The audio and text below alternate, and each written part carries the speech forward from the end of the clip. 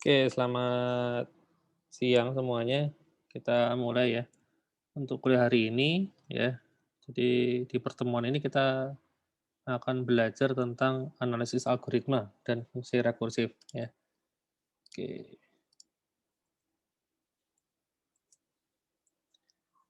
Nah, jadi ini tentang analisis algoritma. Jadi kalau di programming itu kan kita kenal namanya algoritma ya. Algoritma itu kan anu ya, semacam apa? Langkah-langkah gitu ya, langkah-langkah untuk menyelesaikan masalah gitu. Beda dengan rumus ya, kalau rumus kan biasanya matematika, itu terkait dengan operasi matematika. Kalau algoritma kan, karena susunan langkah jadi isinya perintah-perintah, ya. Perintah-perintah dalam bentuk source code, gitu.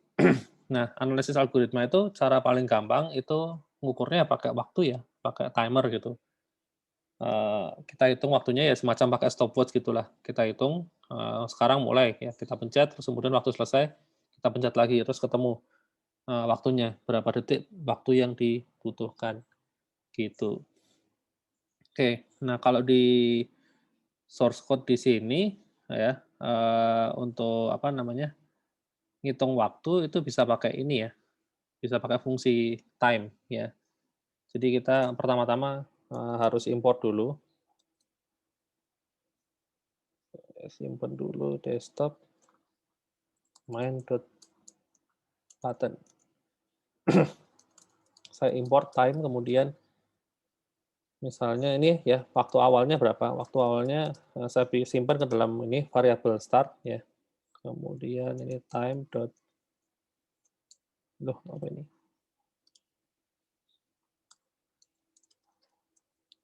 Seperti itu. Kemudian terus, di dalamnya kita kasih, apa namanya, source code yang mau diukur, ya. Misalnya di sini saya mau ukur fungsi looping ya, dari 0 sampai berapa ya, 100.000 gitu misalnya. Terus setiap kali nge-loop, oh ya, pakai cara yang ini aja ya, siapin satu variabel counter gitu ya misalnya ya.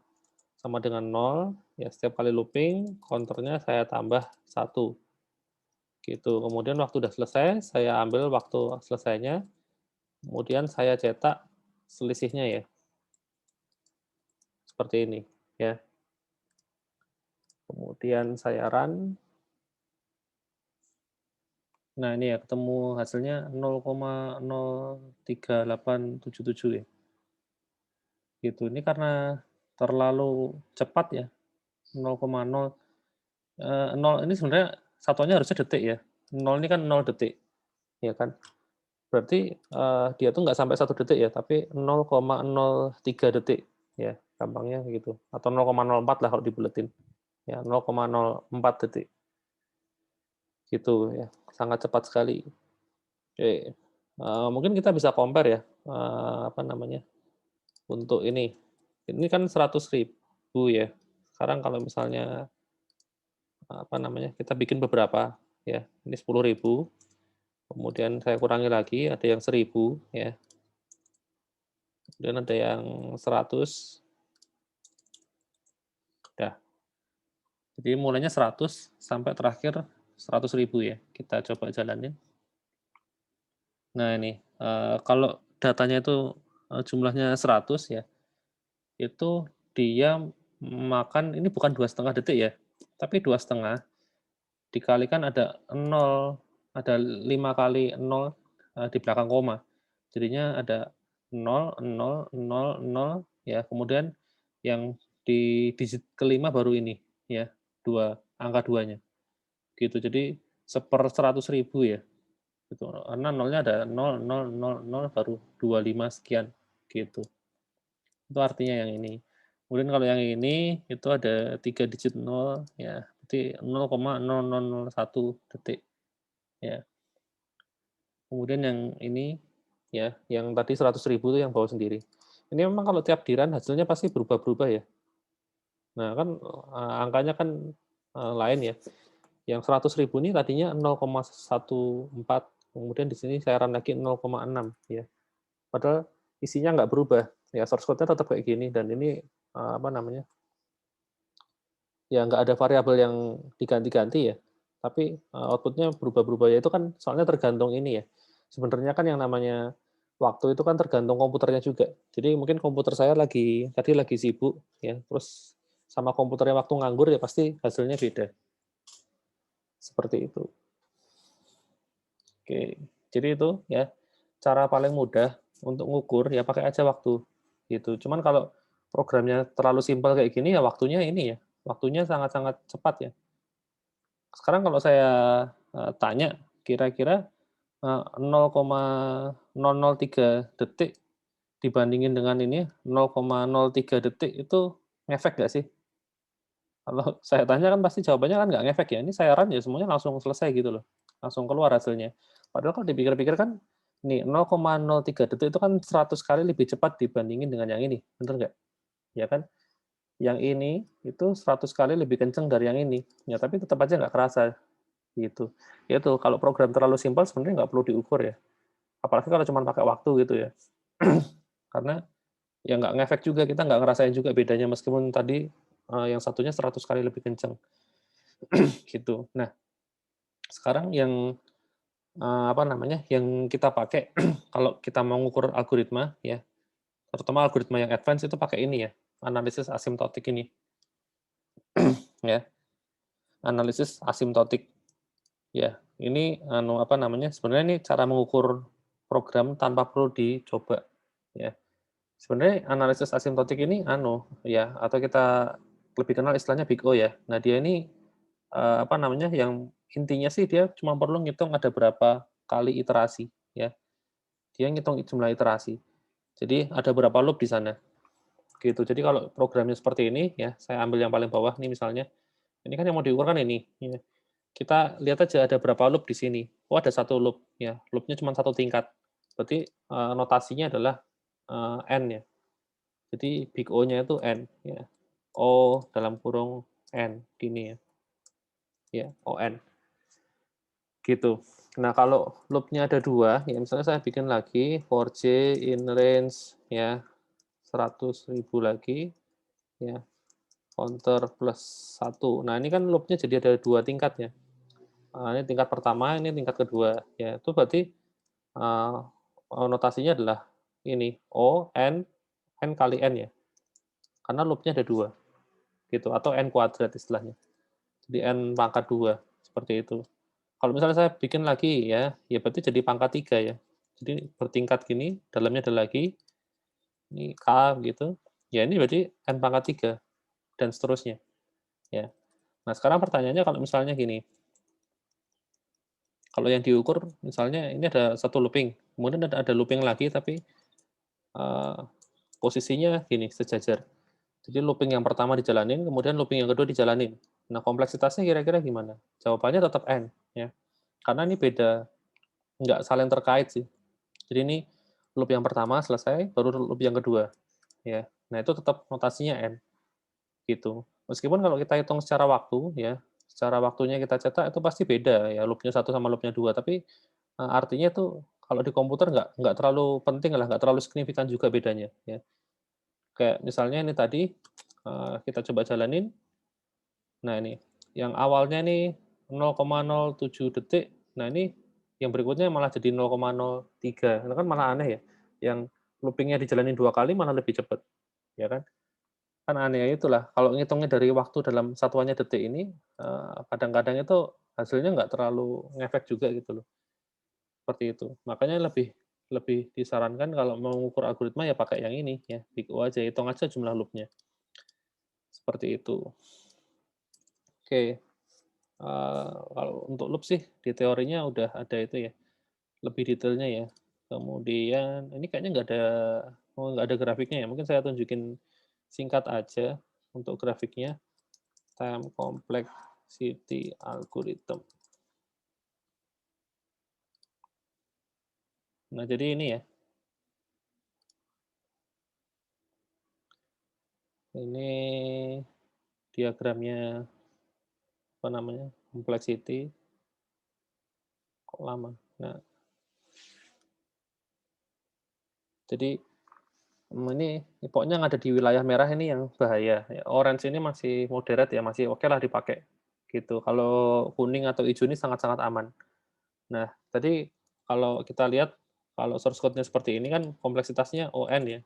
Nah, artinya ini masih aman ya, karena berada di wilayah sini. Artinya kita kalau bikin program ya, looping-nya cuma satu itu nggak masalah. Tapi kalau kita bikin program ya, looping-nya ada 2 kayak tadi ya, bertingkat, yang satunya kayak gini. Misalnya seperti ini, gitu, looping 2 tingkat kan dia jadinya kan ini ya, n pangkat 2 itu kan.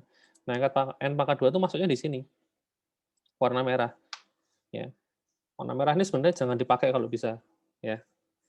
Atau istilahnya bukan jangan dipakai sih, tapi nggak cocok untuk data dalam jumlah besar, ya. Jadi sebenarnya kan Big O ini kan ngomongin kalau misalnya datanya banyak, ya. Nah, kalau kalian bikin source code ada kayak gini, ini looping yang luar, ini looping yang dalam kan berarti bertingkat, ya. Ya ini jangan dipakai untuk data yang besar. Data besar itu misalnya yang ini ada 1 miliar gitu ya. 1, 2, 3. Ya 1 miliar, yang ini juga 1 miliar. Nah, ini kan gede banget. Totalnya ada berapa? 1 miliar kalau kali 1 miliar. Ya. Nolnya ada 18 ya. Ini kalau coba saya jalanin, kira-kira makan berapa detik ya? Kita coba aja. Seret. Wah, ini belum selesai-selesai ya, ini masih jalan terus ya.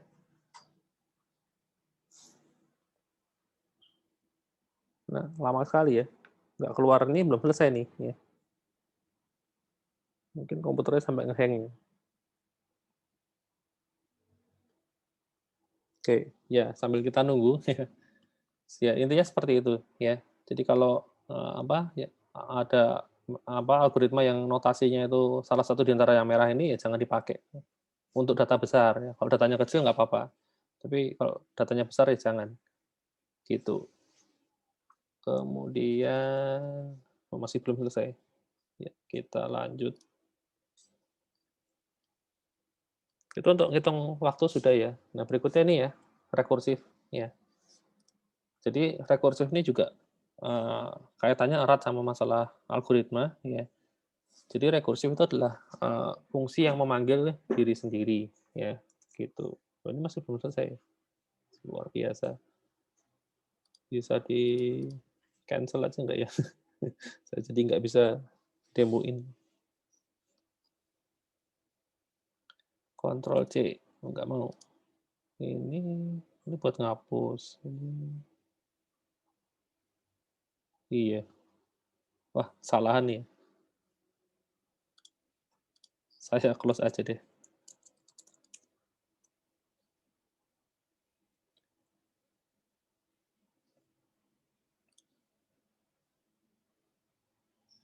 Oke, ya, ini source code sesatnya nih. Dihapus aja.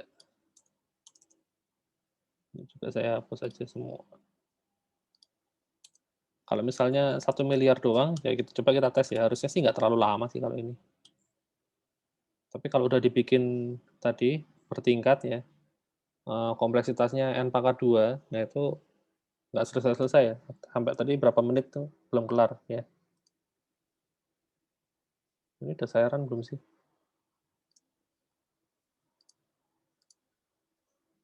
Oh, sudah tuh.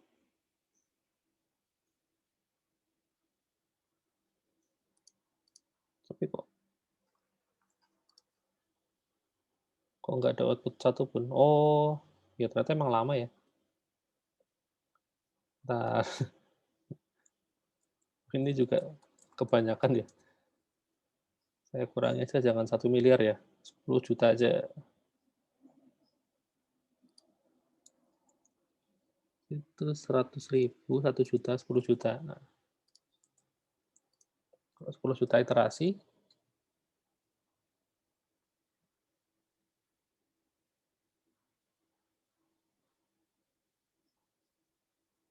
jadi kan, oh ini, ketemunya 7 detik, ya, 7,8 detik. Kalau saya run lagi, ya mestinya nggak jauh-jauh beda sih. 2 detik, ya lumayan lah. Oke, jadi kita pakai ini aja angkanya. Nah, sekarang kita masuk ke sini ya. Ini, fungsi rekursif itu adalah fungsi yang memanggil dirinya sendiri. Sebenarnya rekursif itu ya tujuannya sama kayak looping biasa sih, yaitu untuk menggantikan looping. Nah, kenapa sih kok kita harus belajar rekursif padahal fungsinya sama kayak looping? Nah, jadi gini, kalau kalian punya apa, persamaan matematika yang butuh iterasi, misalnya kayak faktorial, terus atau sigma, atau mungkin nyari turunan kayak gitu, itu akan lebih gampang kalau pakai rekursif ya. Jadi pertimbangannya ya cuman ini, bikin source code-nya lebih mudah, karena source code-nya biasanya lebih simpel. Contohnya di sini kalau saya mau bikin ini, looping biasa ya, looping seperti ini kan kita harus pakai for ya, terus dalamnya diisi ya, ada notasinya seperti ini. Nah, kalau mau bikin fungsi rekursif untuk tujuan yang sama yaitu looping, eee, def loop gini, kemudian di sini dia nerima parameter, apa, i gitu misalnya ya. Nah, ini tinggal anu aja, saya panggil di sini loop ada if-nya ya, if, i masih lebih gede dari 0 ya, maka saya panggil loop ya, di mana i-nya saya kurang 1. Tapi kalau enggak, ya udah, ya nggak usah dah, berarti gini aja. Kalau enggak, ya nggak ngapa-ngapain, gitu ya. Oke, kemudian, kita coba hitung waktunya ya, kita bandingin. Ini fungsinya sama ya, sama. Jadi mungkin gini aja, ini ada counter ya, bentar, kita balikin aja nilainya ya. Nggak usah lah, ini aja deh. Jadi setiap kali, apa namanya, nggak usah lah, kayak begini. Kita coba aja. Kalau bikin variabel malah repot ya. Nah, ini hasilnya ya. Jadi tapi ini anu ya, kayaknya tetap harus bikin deh. Saya bikin aja lah di sini. Bikin counter 1 sama ya, atau counter biasa juga nggak apa-apa. Setiap kali looping, ya counternya saya plus 1 gitu. Sama kayak ini ya, biar setara lah. Ini belum dipanggil ya, sorry. Belum dipanggil. Jadi ini saya taruh di atas aja. Ini kan definisi fungsinya, kemudian ini counternya, kemudian saya panggil loop, nilainya sama ya. Counternya di sini, ding. Itu nggak terdefinisi. Nah, ini source code-nya ya. Jadi ini yang pakai rekursif ya. Jadi bedanya adalah kalau pakai for kan kita mainnya range ya. Jadi selama i itu ada di range-nya 0 sampai 10 juta ya, maka dijalanin terus. Kalau yang ini adalah yang kita kirimkan cuma angka 10 juta nih. Ya, kita kirim angka 10 juta ke sini. Nah, selama, nilai I itu masih lebih gede dari 0, ya, yaitu 10 juta kan tadi kan, lebih gede dari 0, ya maka ini dijalanin. Isinya adalah counter yang pertama, yang kedua panggil lagi fungsi yang sama, cuman, eee, nilainya dikurangi 1. Jadi berikutnya adalah 9.900.000 sekian gitu ya. Berikutnya lagi dikurangi satu sampai nanti akhirnya jadi 0. Sekarang kita bandingin hasilnya. Wes, error. Apa ini? Oke. Local variable before assignment.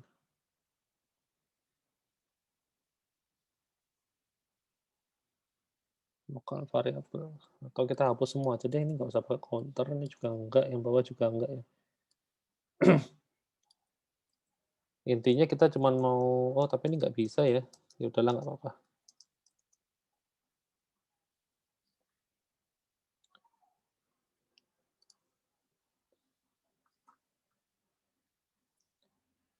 Kita coba jalanin aja.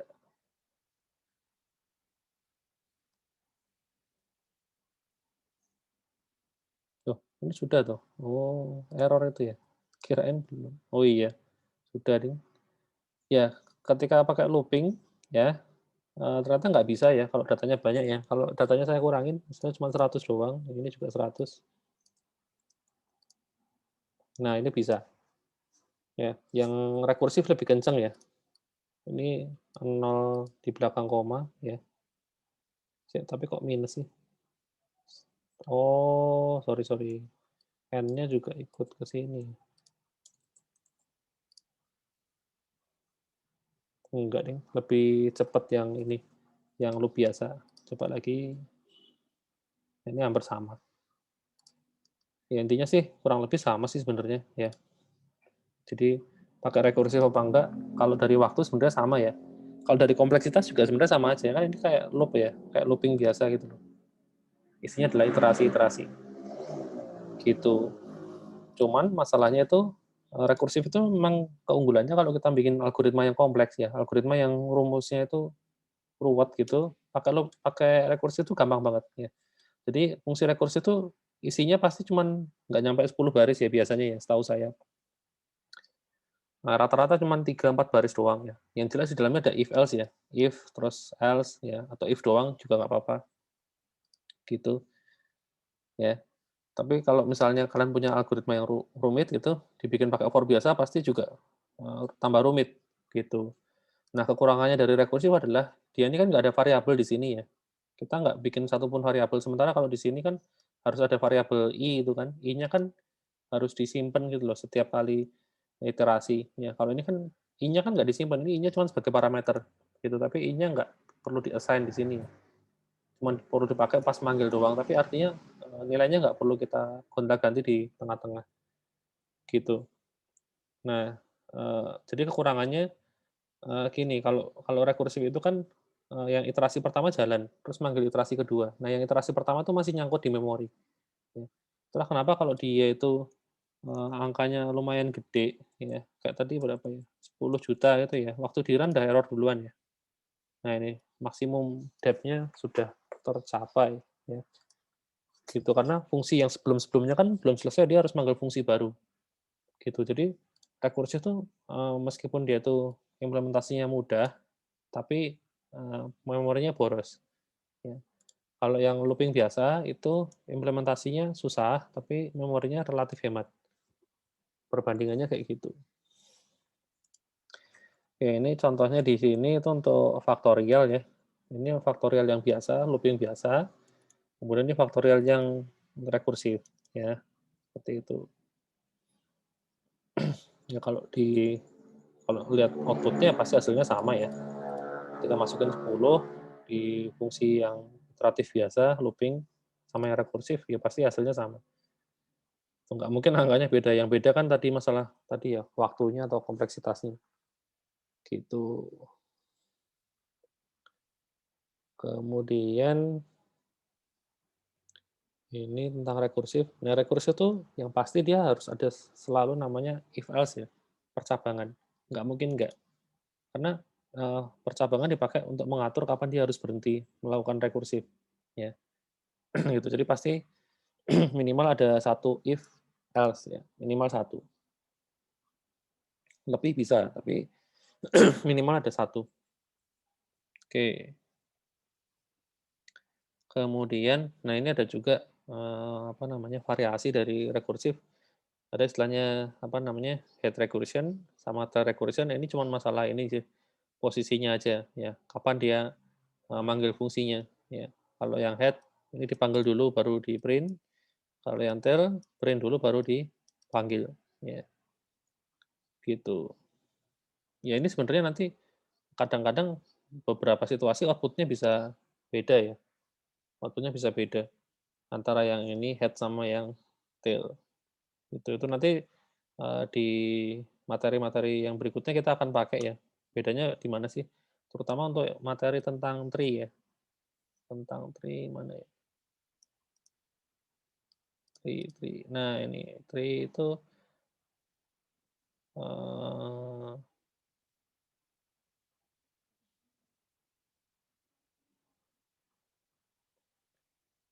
ini di Nah, ini ya. Ini kan pakai fungsi rekursif juga nih. Pre-order, post-order, sama in-order. Ya, ada 3 macam sebenarnya. Jadi kalau pre-order itu ngeprint dulu baru looping, kalau post-order looping dulu baru ngeprint. Nah, itu outputnya beda. Ya, gitu. Tapi kalau untuk kasus yang sederhana kayak kita barusan, ya outputnya sama aja sih. Mana tadi?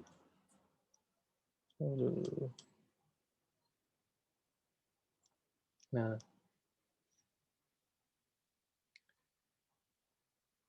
oke. Kemudian, oh ini ya, memang dibatasin ya, di Python itu rekursif itu update terbaru 1500 ya, 1500 tingkat. Jadi kalau kita coba ya, 1000 masih bisa ya tadi ya, 1000 nggak masalah ya. Kok error? Tuh, di tempat saya belum 1000 error, 100 bisa, 500 bisa, 700 bisa, 900 loh bisa, atau 999, 999. Oh error, 950, oh masih bisa. Ya mungkin nggak pas 1000 ya, nggak tahu nih kok pas 1000 nggak bisa ya, 970 mungkin masih bisa ya. Oh iya masih bisa. Loh, 990 bisa jangan-jangan. Oh iya, loh. Oh enggak sih, ya sekitar ya hampir 1000 lah ya. Hampir 1000 baru nggak mau ya, gitu. Oke. Tapi kalau mau itu bisa diganti ya limitnya ya. Cuma defaultnya sih tulisannya 1000, tapi tadi nyoba sampai 1000 nggak mau ya. Kalau gitu kita ganti ya, agak ekstrim aja, 10.000 gitu misalnya, terus kita coba rekursifnya 5.000. Harus diimport dulu ya.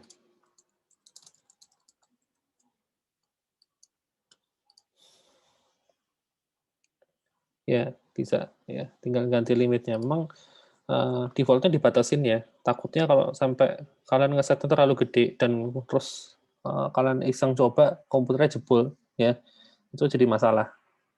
Jadi emang dibatasin dulu, kalau mau diganti ya bisa gitu. Seperti itu. Kalau di bahasa pemrograman yang lain sih nggak dibatasin ya, mau bikin berapapun bisa. Paling nanti kalau kegedean ya jebol aja kayak gitu. Tapi kalau di sini udah dibatasin dulu gitu loh.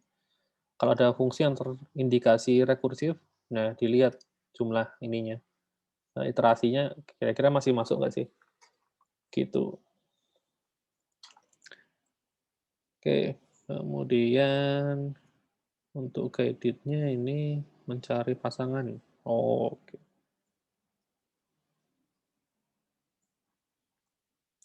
Ini anu ya, data jumlah gede ya. List yang Anda diberi sebuah list berisi integer, ya ukurannya gede. Kemudian jika diberi satu nilai target, Anda harus mencari nilai di dalam list tersebut yang memenuhi targetnya. Jadi kalau misalnya saya punya angka 1, 2, 3, 4, 5 ya. Jadi saya punya angka 1, 2, 3, 4, 5 gitu. Kemudian nilai targetnya adalah misalnya berapa ya? 7 gitu ya. Nah, beberapa angka yang memenuhi kan berarti ada angka 1 nggak bisa, 2 ya, 2 sama 5 kan bisa. Bisa juga 3 sama 4. Ya udah kayaknya ini aja, 2, 5, 3, 4. Gitu maksudnya. Kayak misalnya ini ya, jika diberi target 25, maka N1-nya 3, N2-nya 25 ya. Gitu.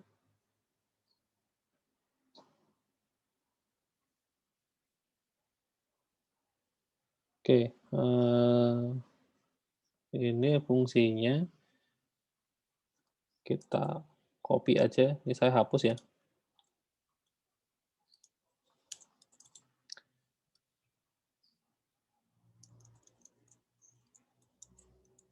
Oke, seperti ini.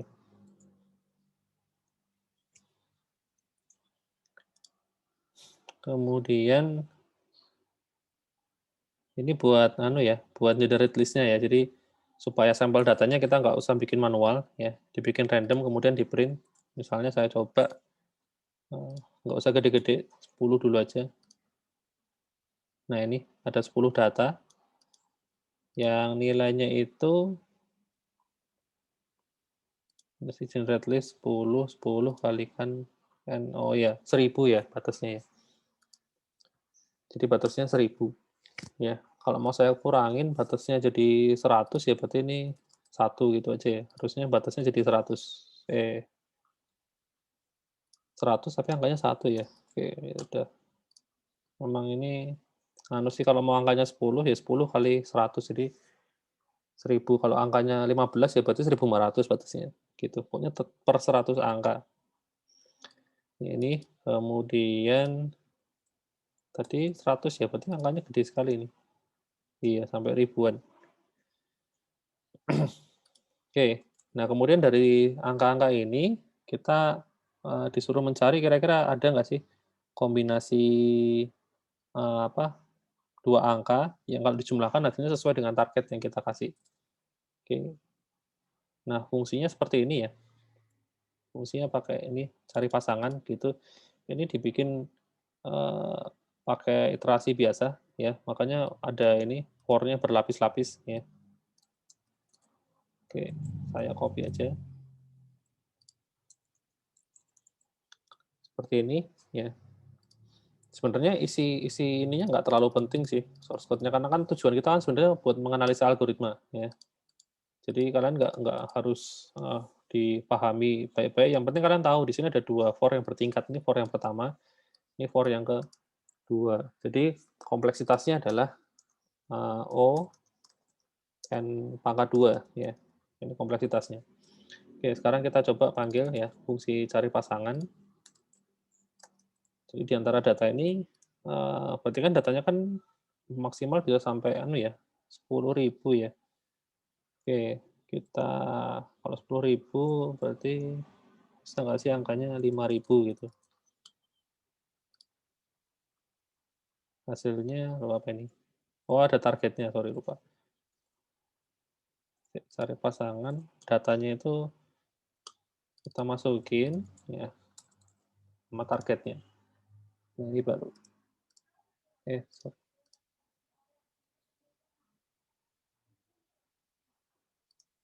Di print ya. Nilainya true or false. False, nggak ketemu. Coba lagi. False. False. False. Susah juga ya ini nyari angka yang mungkin sama. Ya, ya gitulah intinya. Susah juga buat nyari nilai true-nya ya. Tapi intinya seperti itu ya. Ini kita bikin pakai ini iterasi biasa ya. Gitu. Nah, kalau kita suruh menganalisa, ya seperti yang saya bilang tadi, ya kita tinggal lihat aja source code-nya. Yang perlu dihitung sebenarnya adalah jumlah looping-nya. Ya, karena looping-nya ada 2 dan dia bertingkat, maka kompleksitasnya adalah O n kuadrat. Seperti itu. Nah, jadinya kalau kondisinya seperti ini, jangan dipakai buat ngetes data yang ukurannya gede. Ya. Ini masih lumayan kecil ya, datanya cuma 100 gitu loh. Kalau saya gedein kayak tadi ya, jadi berapa? 10.000 gitu misalnya. 10.000 masih bisa ya. Masih bisa. Tadi kayaknya 10 juta yang error ya. Nah, kayak gitu, langsung macet ya. Padahal kan data berjumlah 10 juta kan juga mungkin-mungkin aja kan. Kayak misalnya data jumlah barang ya di Tokopedia atau jumlah jumlah transaksi lah katakanlah untuk setiap item. Jadi misalnya kayak ada apa namanya? Ada barang ya yang agak murah apa ya? Misalnya casing HP gitu ya. Satu orang kan kalau misalnya dia habis beli HP baru, dia beli casing bisa 3 4 biji gitu kan. Nah, kaliin aja ada berapa customer di Tokopedia, misalnya ada 1 juta orang, masing-masing beli beli 5 ya udah 5 juta casing, ya itu baru 1 juta. Kalau orangnya 10 juta, masing-masing beli 5 sudah 50 juta, ya itu baru data casing doang, ya. belum data yang lain, gitu. Misalnya ada apa, earphone, ada, aksesoris, ya flash disk, memory card, dan lain sebagainya, itu datanya pasti banyak sekali, ya. Nah terus, sementara kalau di sini, ya kita coba untuk proses yang simpel aja, data 10 juta udah kayak gitu, ya. Terus di sana kayak gimana? Nah itu pentingnya di situ, ya. Efisiensi itu pentingnya di situ. Jadi, kita desain algoritmanya nggak boleh sembarangan gitu loh. Jadi pastikan bikin metode algoritma yang bisa support untuk data jumlah gede, ya. Kalau caranya kayak gini ya, pakai looping bertingkat kayak gini, ya nggak bisa, ya. Dikasih 10 juta data udah jebol, padahal masih simpel ya strukturnya. Apalagi kalau kompleks kayak di Tokopedia yang misalnya ada satu data, ada informasi berat, ada nama, ada ukuran, terus ada ya macam-macam, ya, gitu. Oke, kemudian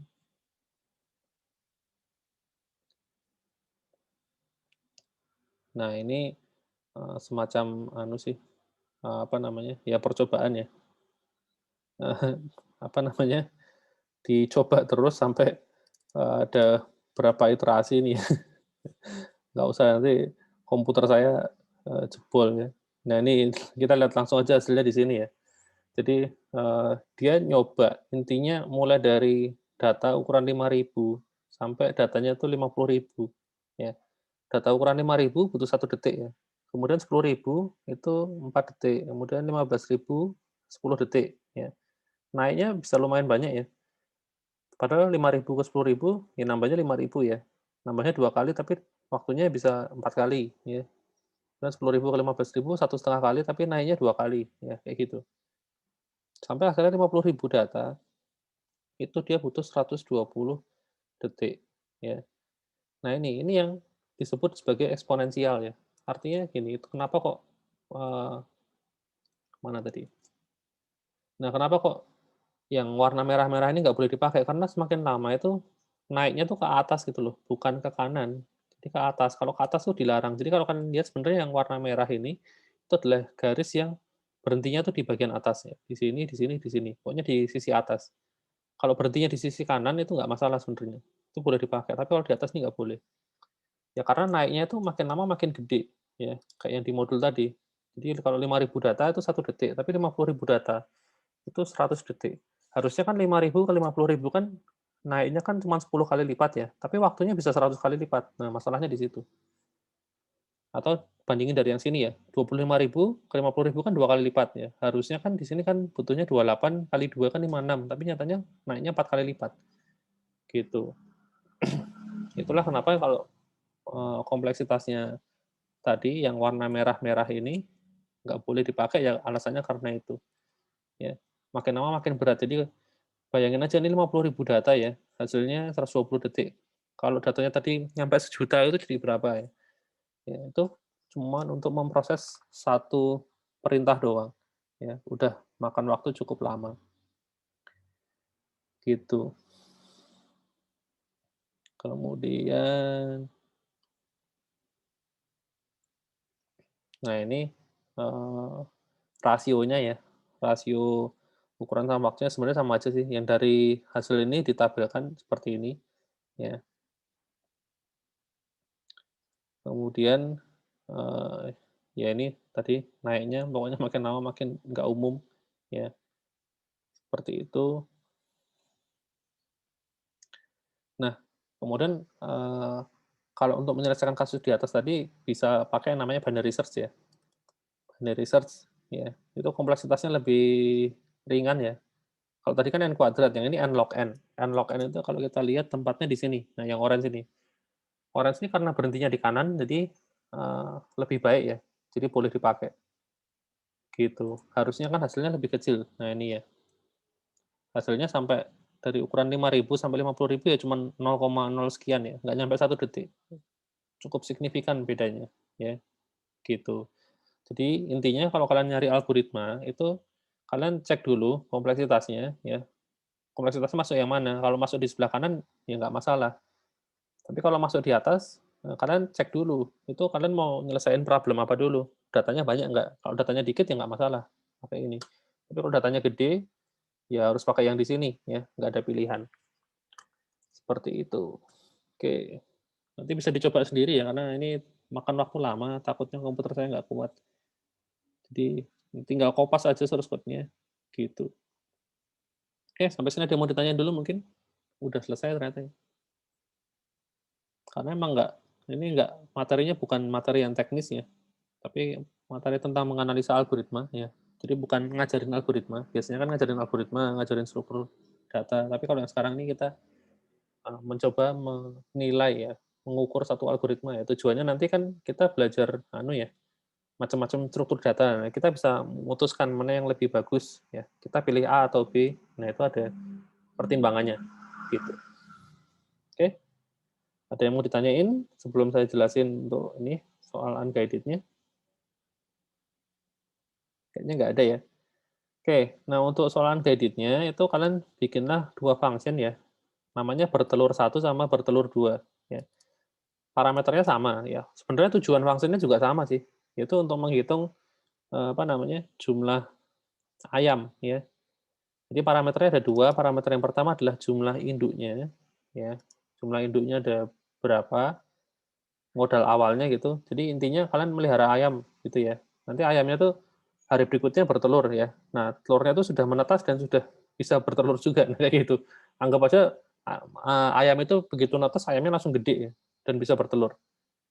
Gitu. Itu ini ya, aturannya kayak gitu. Yang pertama jadi induknya kalian punya berapa induk, kemudian ada berapa periode yang mau kalian jalani begitu. Aturannya ini, jadi fungsinya ada dua parameter, barusan saya jelasin. Yang kedua, setiap ayam itu telurnya pasti cuma satu ya tiap hari ya, tiap periode maksudnya. Jadi setiap ayam itu cuma bisa bertelur satu kali ya, dan anggap aja telurnya langsung menetas gitu. Nah kemudian di periode berikutnya telurnya yang udah menetas itu kan udah jadi ayam ya. Nah, itu bisa bertelur juga. Gitu. Jadi sebenarnya ini kayak hitungan matematika biasa sih. Nah, jadi kalau misalnya sekarang saya panggil ya, bertelur satu ya, parameternya 1,3.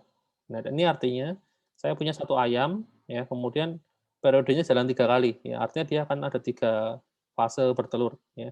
Bukan 3 fase ya, 3 iterasi ya. Oke, oke pertama ayam saya satu kan. Oke, ini modal awalnya satu. Kemudian masuk ke periode pertama, ya ayam yang cuma satu ini kan dia bertelur ya, bertelur. Jadi ada satu ayam yang dari awal sama satu ini mungkin saya bikin gini aja ya, kayak piramid ya. Ini satu ayam ya kan, kemudian ayamnya ini bertelur satu, ya jadi dua gitu. Ini periode pertama. Nah periode berikutnya ini masing-masing bertelur sendiri-sendiri ya. Bertelur sendiri-sendiri, jadi ada satu ayam yang pertama, ini ayam yang kedua, terus masing-masing bertelur sendiri-sendiri. Jadi ada 4. Ya kan? Ini periode yang kedua. Jadi saya kasih periodenya sekalian, ini periode 0, ini periode 1, ya, ini periode 2. Nah, sekarang periode yang ketiga, berarti di sini kan ada 4 ayam ya, masing-masing bisa bertelur satu-satu. Oke, berarti jumlah ayam kita ini ada 4 yang sebelumnya, kemudian masing-masing bertelur kan.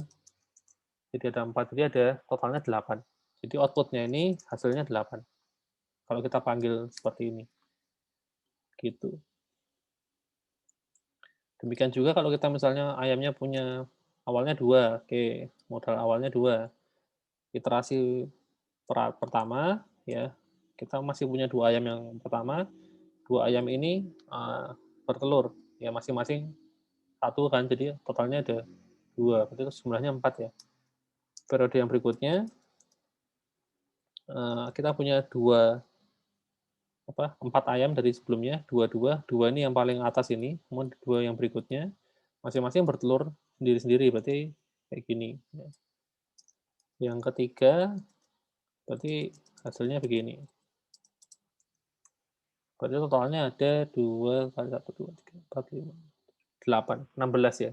Ada 16 ekor ayam.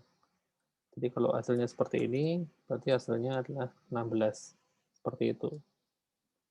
Oke, itu intinya begitu. Ya, ini sudah ada keterangannya, sudah ada contohnya juga. Ya. Nah, yang perlu kalian lakukan adalah kalian bikin ada 2 fungsi ya, yang itu tadi, bertelur satu sama bertelur 2. Yang bertelur satu itu diimplementasikan pakai rekursif, sedangkan yang bertelur 2 itu pakai iterasi biasa. Kemudian saya minta kalian untuk bandingin, waktu hasilnya, ya. Jadi diukur kayak yang pertama tadi ya, pakai time tadi, ya. Jadi sebelum sebelum dipanggil dan sesudah dipanggil itu dicari selisih waktunya, ya, seperti ini ya, pakai cara ini.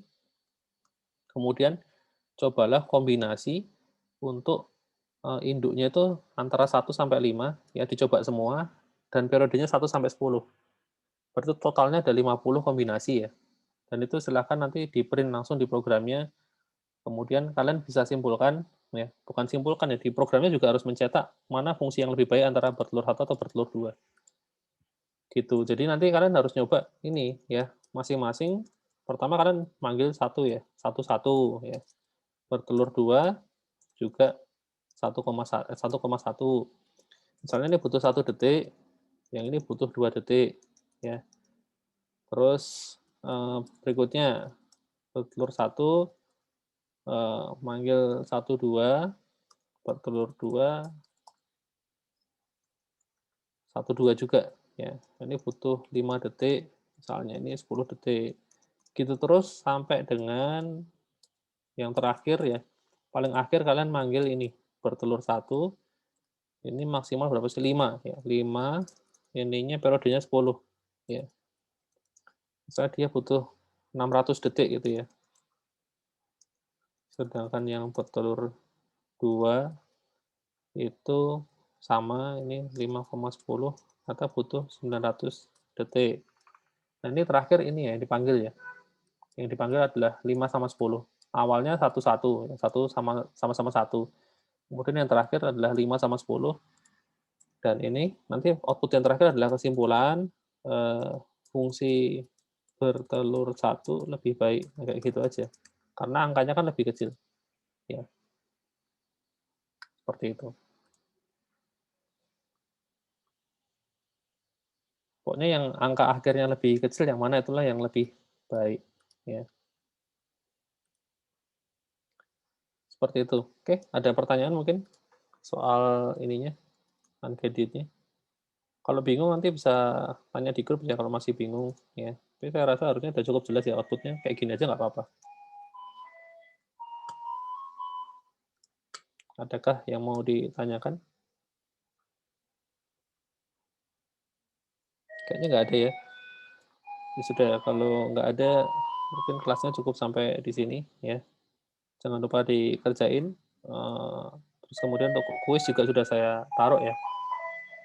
Oke, kalau gitu sampai ketemu lagi minggu depan. Thank you semua.